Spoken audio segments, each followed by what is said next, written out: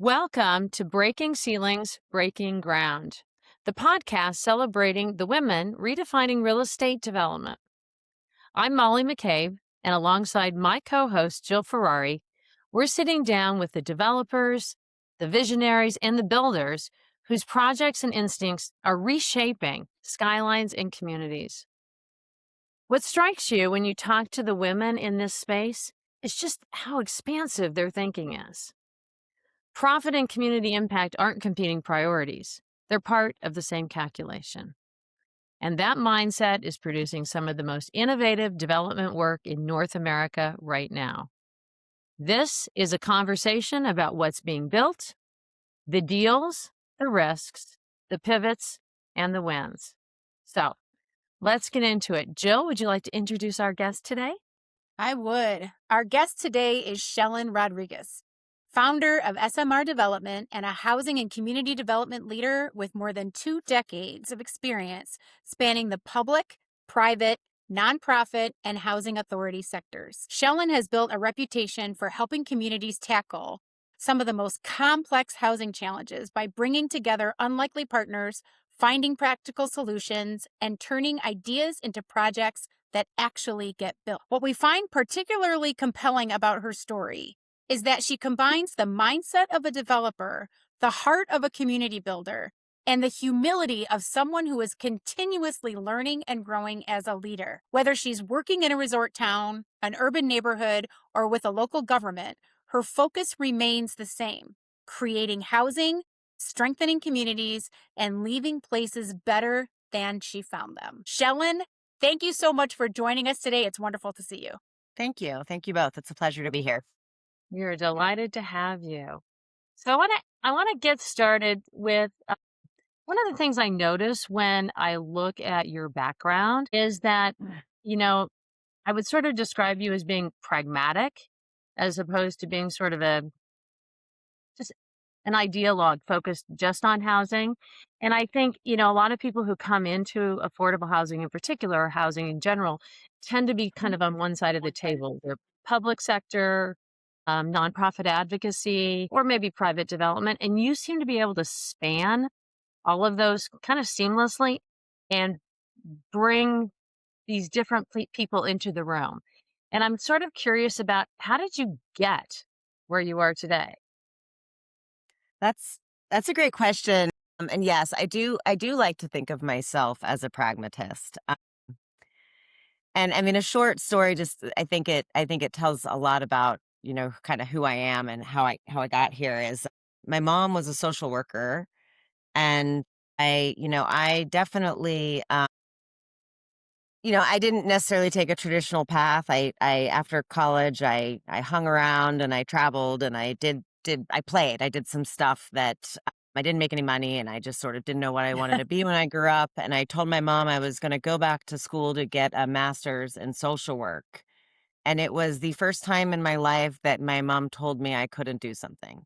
She was like, "That's amazing. I loved my career in social work, and I know you really well, and you're not somebody who really would be a good social worker." And I was like, "Okay. I mean, you've always said I could do whatever I wanted, right? Like what?" And it is because, yes, I care deeply about my work, and I try to lead from my heart, but at the same time, I am not the most patient with sort of people.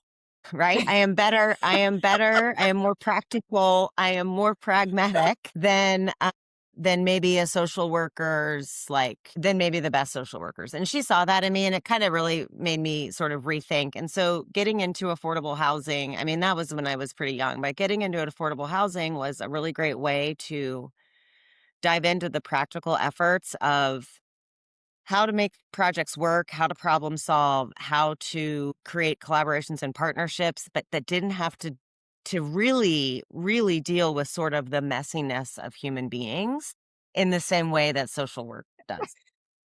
And so that was kind of how I got here. And I've always said, I mean, that's just one moment in time, but I've always kind of said I love affordable housing because at the end of the day, I can feel good about what I did today, but at the same time, I can make some money. or I can attempt to make some money and create places. And I don't have to really, I don't have to really get into the messiness of the complications of of humanity in that way. I mean, so I don't know if that kind of Yeah. answers the question, but I do think of myself very much as a pragmatist, and I'm not an ideologue at all that way. It's Perhaps so an idealist? interesting.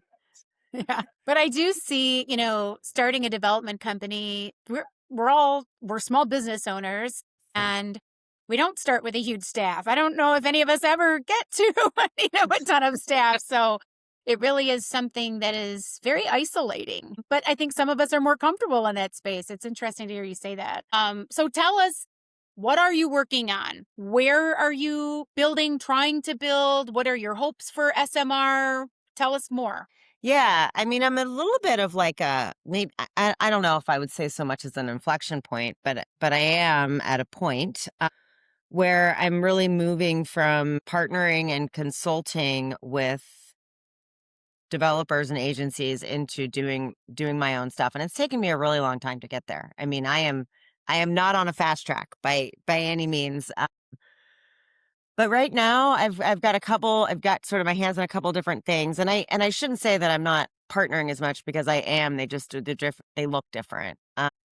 Working on a 9% development here in Idaho. Mm. It's a very, I would call it, for lack of better words, a pretty straightforward project. Even though in this time, I mean, here we are in 2026, there's like nothing that's really straightforward, but Right. I would say if there's a straightforward affordable housing development, this is it. I'm really excited about it. It's in the Treasure Valley, but in a community called Caldwell, just outside of Boise. It's a great partnership.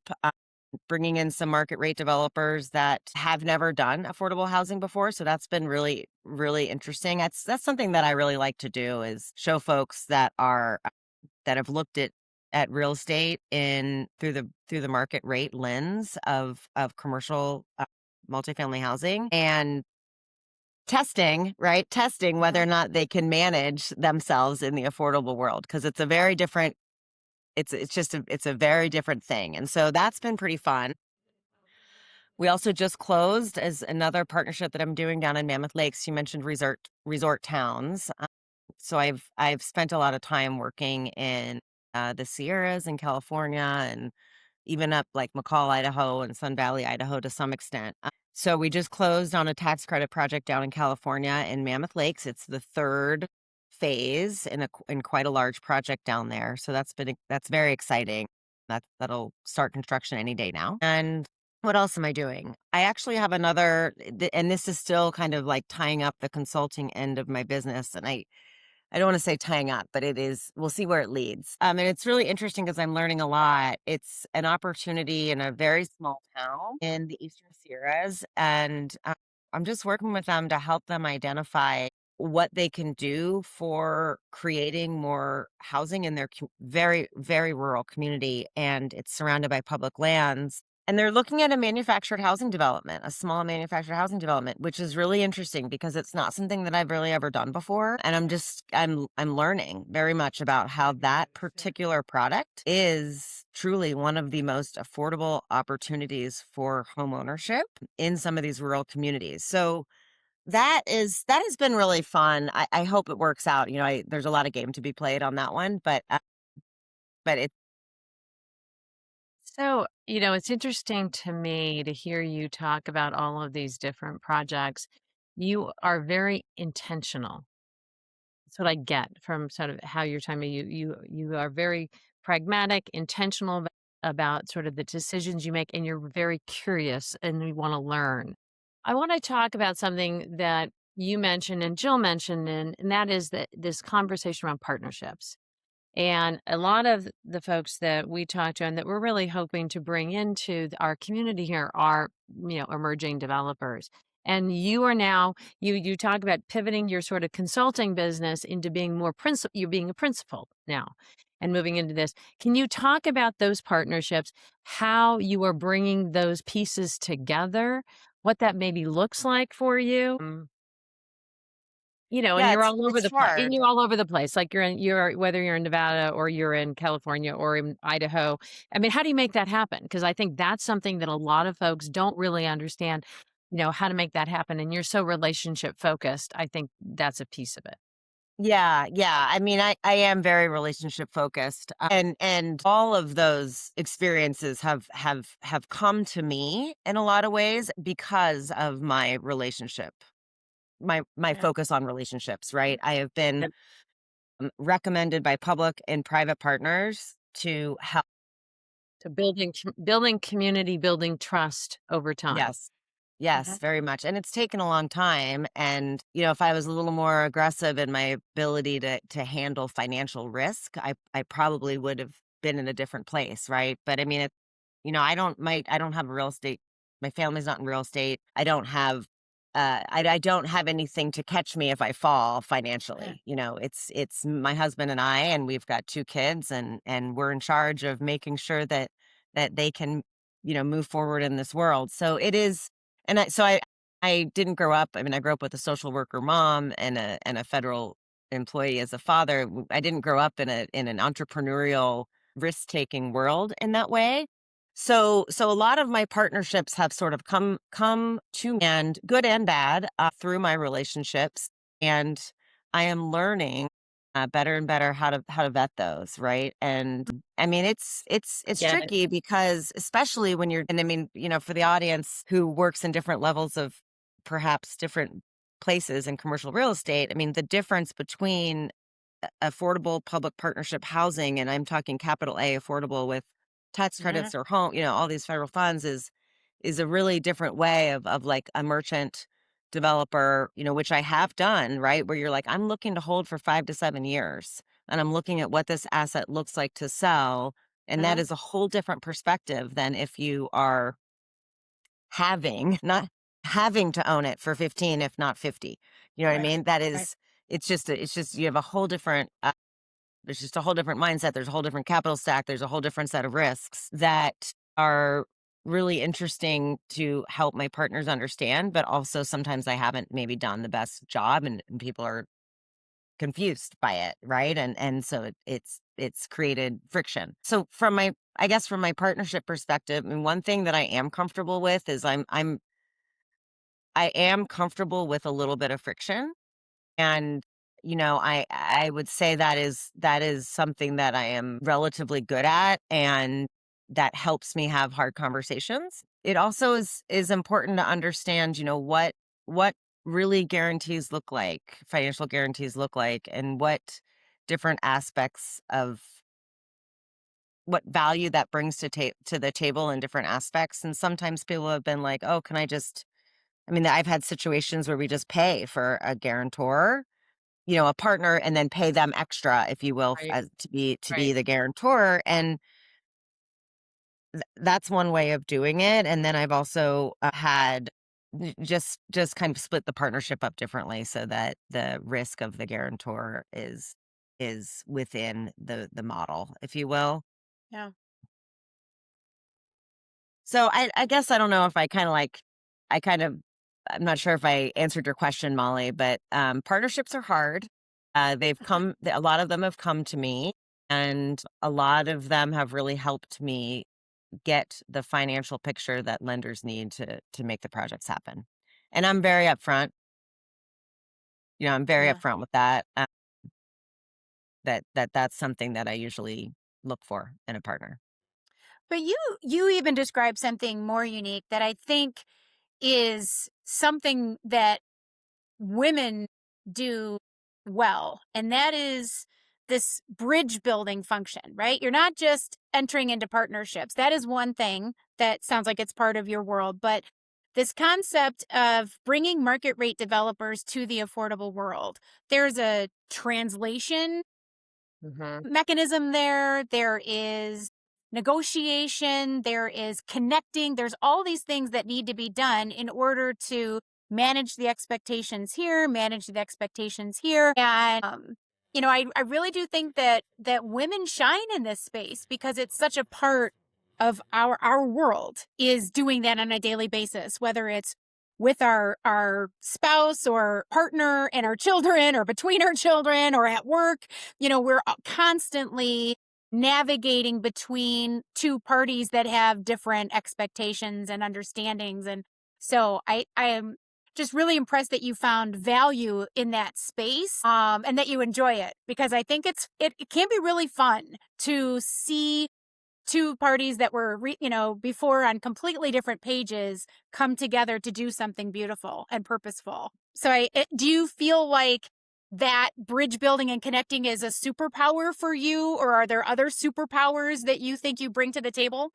Yeah. I mean, that's a good question on a superpower. I mean, that's such a funny word for me, but I don't feel like I have any superpowers. But if I was forced to pick one, yeah, I do think I have patience for. I mean, I might not Yeah. have patience for people's messiness, like I was saying earlier, but I do have patience for those sort of conversations to get through them, and to sort of I do think, and it's really just been my experience that has given me this in some ways, is to identify when it's just not going to work. Yeah. It's just like, oh no, that's just like not the industry doesn't like the industry that we're talking about here doesn't do that. And Right. if that is a hard stop, then like this probably just Yeah. isn't a great fit, and let's move on. That doesn't happen often, but it is certainly it is definitely part of the sauce, right? That makes it. And at the same time, I mean, I think part of that patience maybe comes from being in the affordable world for so long, especially in some hard markets where, Yeah. you have to convince your land owners, if you're, assuming you're buying from them, like there's going to be a long runway Yep. from the time that I've got site control from you, and the time that I know that I can build, and I don't even control it, right? It's Right. all controlled by, Right. what I'm saying is, like, it's all controlled by deadlines and financing applications and things that are at, local and state levels, that I can't make this go faster. Right. I can just be super honest with you and show you everything that I know, and in regards to like when we would close, or when the deposits go hard, or whatever it is. And so some of that patience for those sort of conversations, and whether or not people can, partners can get their head around sort of the standards that I would need, is something that I think I'm getting better at. It's great. Affordable housing does take so much brain power and effort. I think it takes much more than typical development, at least in, my limited experience, just because there's so many players and so many pieces. And the community piece is so critical to making it work. You, and I think one of the things you talked about here, which I think is really interesting, is this patience. And what I would talk about, and your comment about, if it's not going to work, I'm going to let you know right now. And it's that efficiency, because it Yes. does take so long and it is so messy. And how can you be as efficient as possible with people's time, talent, and treasure in order to move that forward? I'm kind of curious. You mentioned, this is going to be a kind of a strange segue, but you mentioned earlier your kids. You talked about your mom. You talked about your husband. Um, and I think because you have all that going on, and so in addition to doing your business, you're also taking care uh, of all of them in whatever way you are. And women tend to do that, being the sandwich generation between parents and kids, right? And I think your point around efficiency and being really clear, a clear communicator is critical. Has your experiences with being in this sandwich generation and raising your kids and your husband and running your business, how do you think those experiences have shaped how you develop, or how you run your business, or how you even think about place? Yeah, I mean, I have that's a big question, Molly, but it is the question, right? I mean, my family is the most important legacy I'm gonna have, right? The places, the physical places that I build are really important and great, but like, I'm building housing. I'm not building, Central Park, or whatever, right? Like it is. my family is my legacy in that way, at least in my brain. And so, my husband carries a heavy load. There is no doubt. He carries a heavy load. But I do think that I have created I've chosen to live in the West. I've created sort of a simplicity in my life that is that helps me be efficient in the sense of, I don't deal with traffic. There's just things that I've sort of like by nature, because of my desire to be practical. I probably haven't made as much money that I could have as if I lived in a major urban area or, not a tertiary market. But I've created a simplicity that is, I would argue maybe even a lifestyle that is really important to me and important in the way that we raise the kids and the family. So, I can I don't have a big staff, so I can be nimble. I can work from wherever. I can I mean, just the other day I was like taking my kid to the park and I had my computer and he's fishing and I'm taking pictures of him as he catches fish, but I'm actually also closing a deal. And it was great. It was great. It was great. And Right? I was like, this is cool. This is the life right now and it's fine. Another superpower that you forgot to mention. Multitasking. Yeah, Yeah, multitasking is right. definitely one. So we actually met in Boise as part of Right. a advisory services panel for Urban Land Institute, but we also participate on an emerging developer call, a group that's been set up through the Women's Development Collaborative for women emerging developers. And we've had this conversation with Caitlin McCarthy, who was on, about the value as an emerging developer, particularly one that doesn't come from many that, like myself, Molly, like we're doing this the best we can. We've got kids. Can you talk a little bit about the value of having that community available to you and what it means to share some of your vulnerability? Can you just talk about all that? I think it's really important for someone at this stage who's got a strong professional career, but is really thinking about going off on your own and doing your first project. It's scary. So I'd just love to hear from you about that group. And Yeah, that group's been really it's been really important and really I think it's created a lot of value for me, honestly, as a sounding board.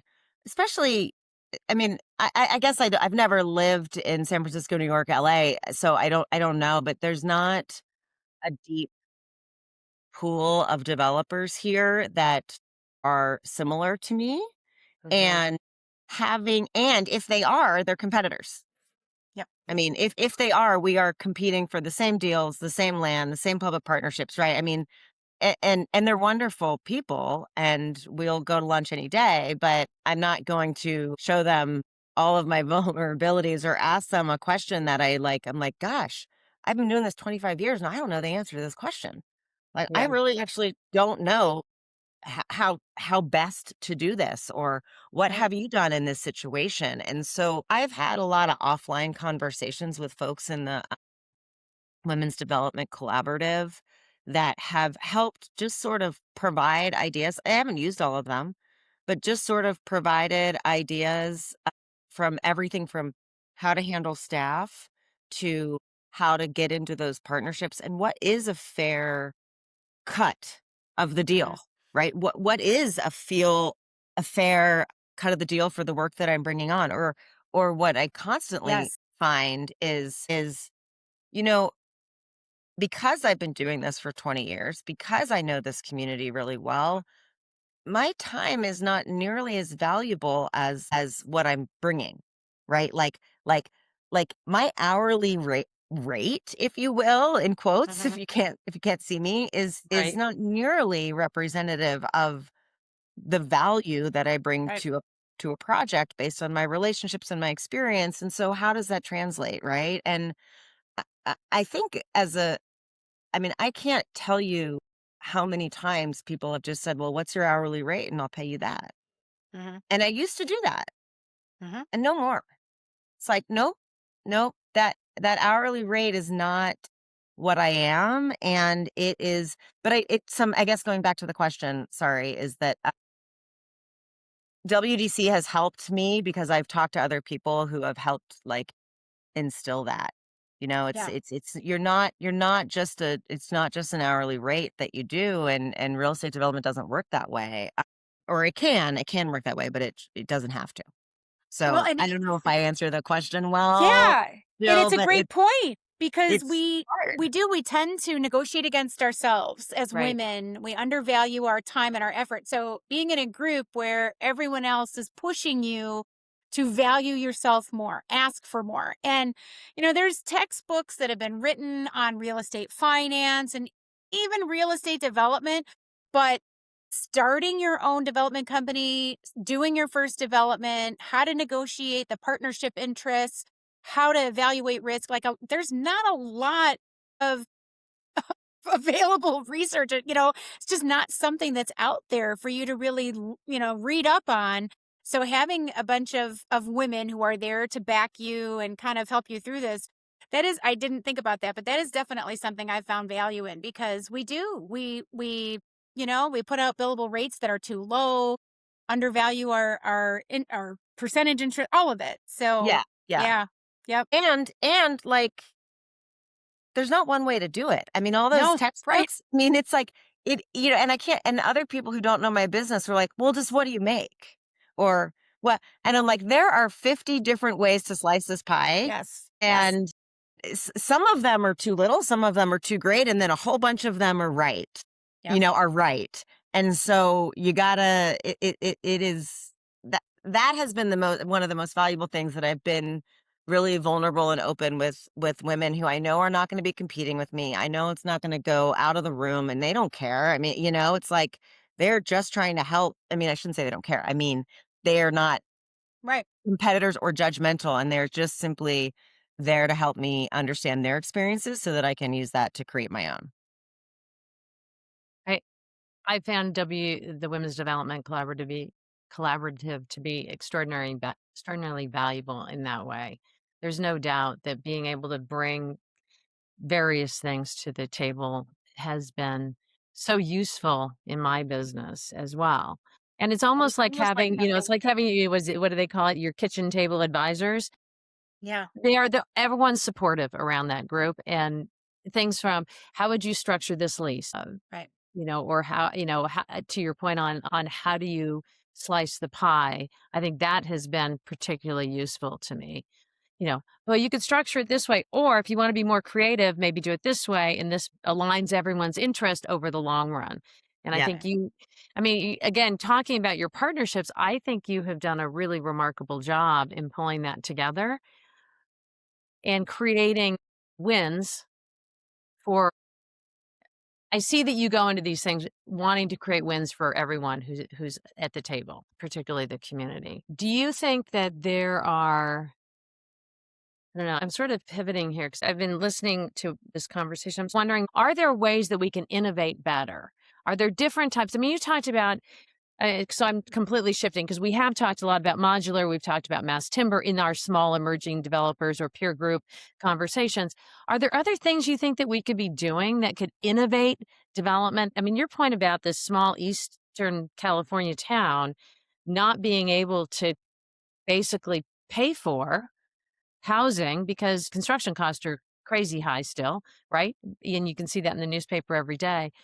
Or online, I guess. We don't really have newspapers now. Are there other things that we could be doing? Are you seeing anything interesting that's innovative or that you're trying or different financing structures? Anything like that that's new, unique, special? Yeah, I mean, there's some I don't know that any of them are new or unique, truly, but I would say that I do think there's room for manufactured housing in certain communities, and I know that sounds like what?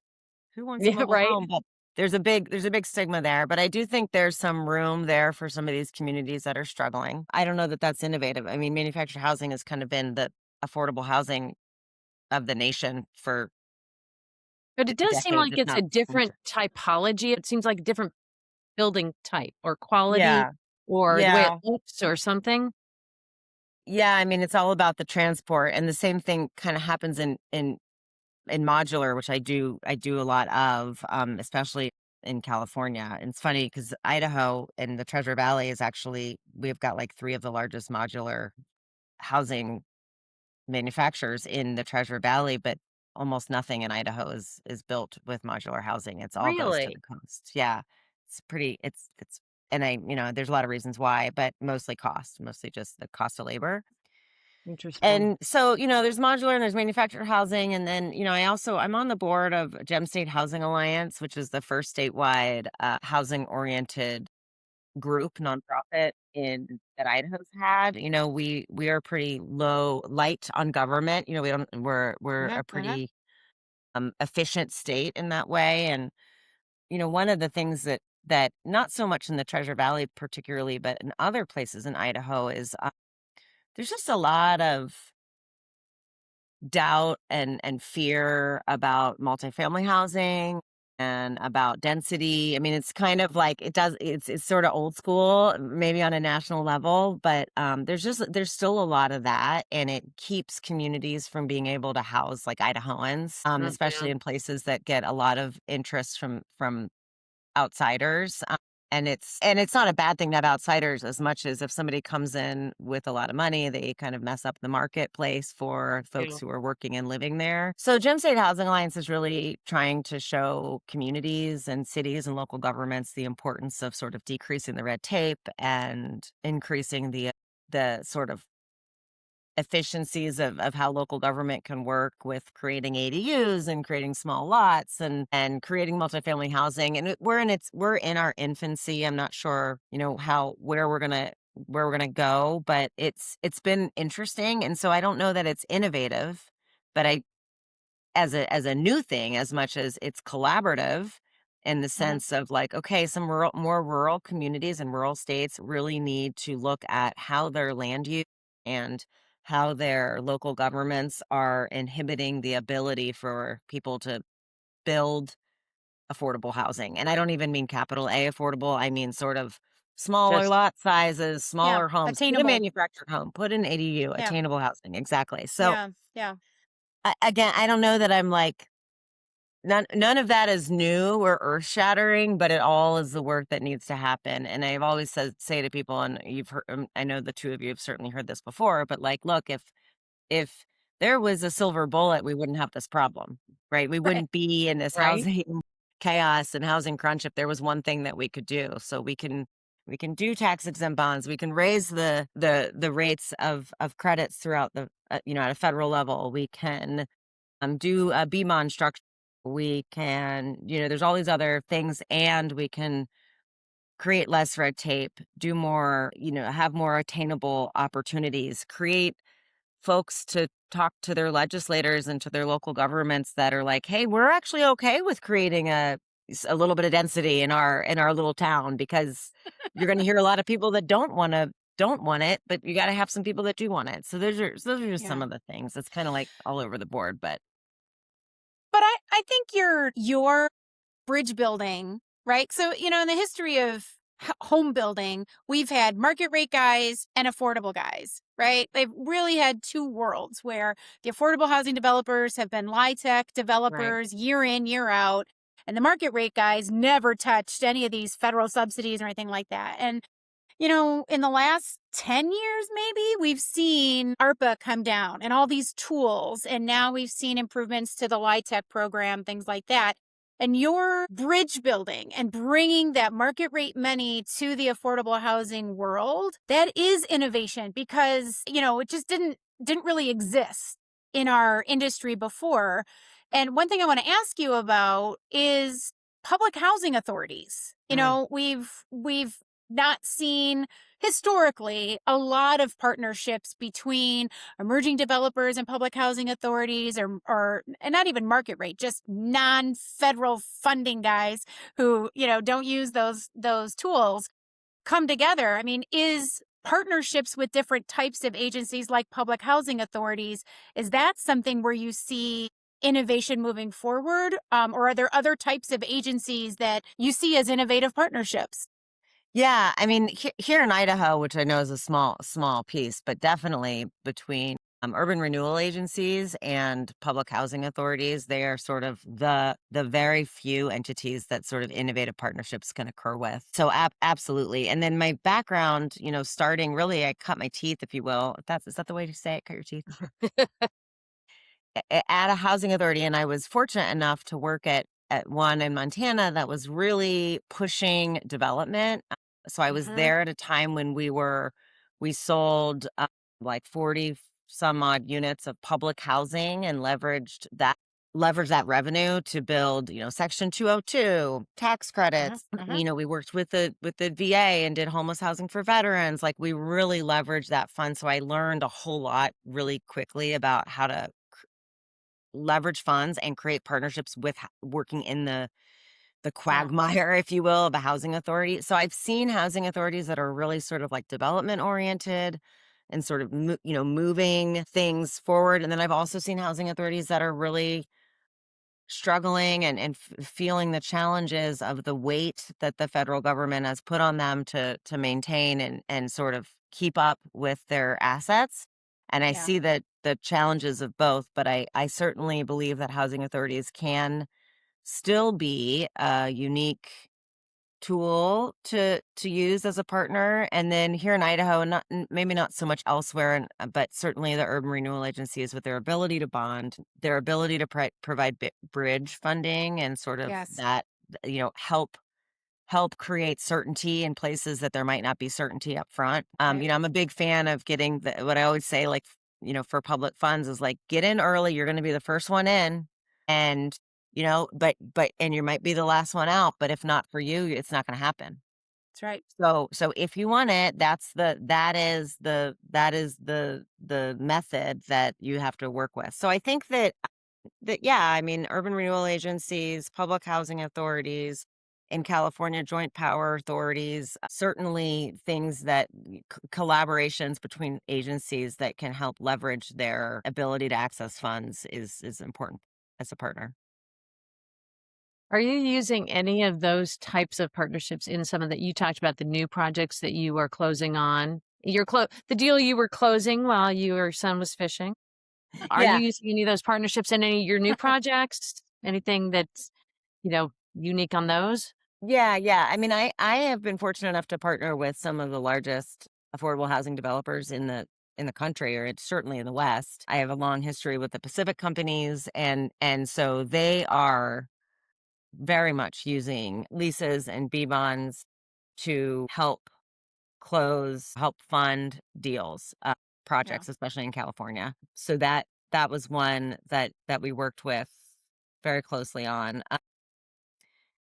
And so that the one in Mammoth has those sources, the Kingfisher and the town of Mammoth Lakes, which is a great little ski town in the Sierras in Southern California.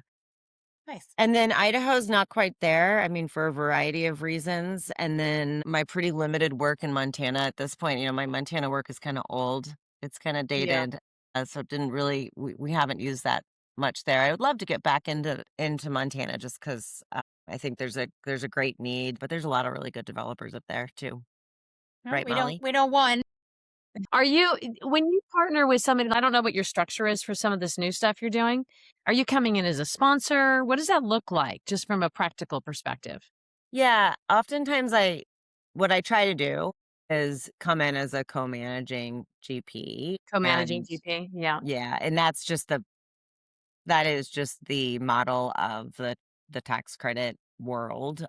So it's a limited partnership, and your equity investor is the primary, but the managing GP is really on the hook for everything. And so I try to find a co-manager Who can actually will be help the me with guarantor piece. exactly. Yeah. So your house and all of your personal assets are not on the line. That's the goal. It's Well, Jill and I we've now framed this new concept. It's called persevere, then pivot. yes. Persevere then pivot. I might need to make like a t-shirt or a poster Right. that Persevere, I then can pivot. look at right here. I do have life. discipline. Discipline is my word. Because when I'm up at, 11 p.m. at my office, I'm like, okay, Shellan, just do this. and just keep at it and have the discipline to go to the gym, to eat your vegetables, to get the work done, and to show up the next day, and you will be successful. There you go.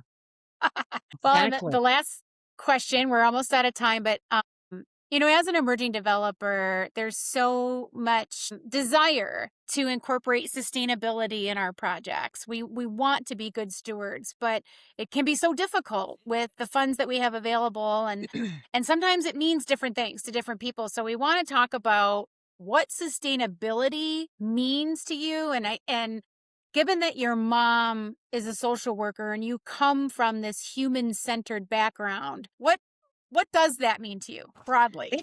It's shaped. It's definitely, I should say, been revised over time. And I've done everything from like lead gold. I don't know that I've ever gotten Mhm. platinum, but to I was involved with like a straw bale house back in Missoula like a long time ago. Oh, wow. I But remember it that That's project. cool. Yeah, so I've done a lot, but I think now, I mean, I think that multifamily housing is as hard as it's ever been in my career, just Yeah. to like make things work, just period. And so I've really kind of had to get comfortable with doing things that are going to be good for the asset over the long term. So high Yes. quality stuff that's not having to be replaced, but at the same time, not everything is going to be gray water reused or fully, Right. yes, fully electric, yes, but like, are we offsetting all of our electricity? Like, we just can't. We're just not there yet, at least in the Right. markets that I work at Yeah. and Yeah. work Yeah. in. I would say that the trials and tribulations of working in California. I mean, they do have very, very strict energy and building codes that are Yep. by default very sustainable. So that sort of gives me peace in that in to some degree. Yeah. But I've really taken, had to shift my mind frame to say, yes, this is critically important, and I'm going to do things that are high quality so that people can live there people can live there continually and sustainably. But I might not have it's not, not many more net zero projects these days. I Right. mean, I've been Right. involved with them, but I just it's just hard to make some of those things make sense right now. Yep. So I've had to sort of reframe, and it's not because they're less important, but I do believe really in housing people first. Well said. Could not end on a better note. Before we go, how should people reach out to you if they want to contact you? Sure. Yeah. My email is really probably the best way. It's my first name, Shellan at SMR Development, SHELLAN at SMRdevelopment.com. Wonderful. Or my website, which is www.smrdevelopment.com. And I'm happy to chat through people's projects. I'm always looking for interested partners, especially those that want to enter into, Idaho, I'm pretty good on. But if Yeah. there's folks who are looking at Nevada or other places to get into the affordable realm or the Yeah. attainable realm, everything I do has that bent. I didn't really mention that, but it is, I'm not really interested in doing a luxury condo unit or anything like that. It's Right. out of my wheelhouse. So that's that's how to reach me, and I love hearing from interested people. We'll get you back up Wonderful. to Montana at some point, and we could partner on a project, which would Let's be do it. very fun. Very Let's do fun. it. It'd be super fun. Well, Well, Jill, I think that's a wrap. Yes? yes, that is a wrap on this episode of Breaking Ceilings, Breaking Ground. Thank you so much, Shellan, for being with us, sharing your journey, your incredible skills as a bridge builder, and your practical approach. I think you've inspired emerging developers, hopefully, and we'd like to hear more from you in the future. We hope you all Absolutely. found today's conversation as inspiring and empowering as we did. If you love this episode, make sure to subscribe to Breaking Ceilings, Breaking Ground, wherever you get your podcasts.